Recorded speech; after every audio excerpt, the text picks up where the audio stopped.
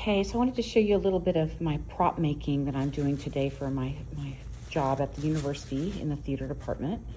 This is for a production of The Tempest that we're doing, and there's a scene where Caliban is a character, and there's two other people that have come from Italy on the boat, and they've found each other on the island, and they're supposed to be drinking wine out of wine skins that Caliban made out of bark. So I'm gonna have to paint it to look like it's got bark on it somehow.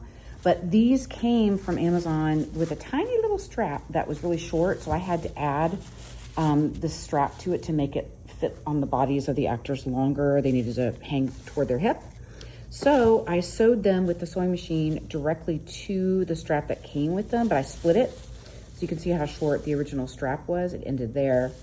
And then I found some black pleather braided trim that I could use to make the belt. And then over here you can see I haven't added the little reinforcement leather pieces yet, but these were just a package that I got at Hobby Lobby, or actually Michael's.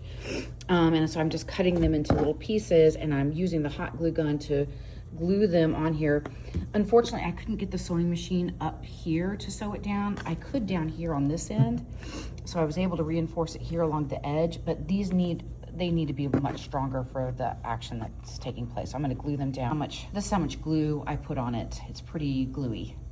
I place it down. I want to place it up onto the belting and then press it into this groove, and then I'm going to press it all around and try not to burn myself. Okay, so I ended up having to stuff the wineskin so that they don't look deflated. And because this is a plastic inner lining, I ended up using strips of brown craft paper. All right, so in order to get the texture of the bark on here, I'm just mixing a few different colors of brown and some black, and kind of using this kind of technique where I'm creating, you know, vein lines.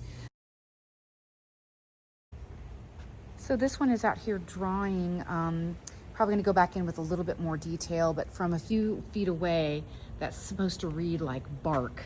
So I need to go back in and do a little dry brushing on it with some kind of taupey brown. Okay, so I have all three of them done. I did a little bit of dry brushing over the top with dark and light to give them that kind of barky look from a distance. So I think that those will do okay. We'll see what they say.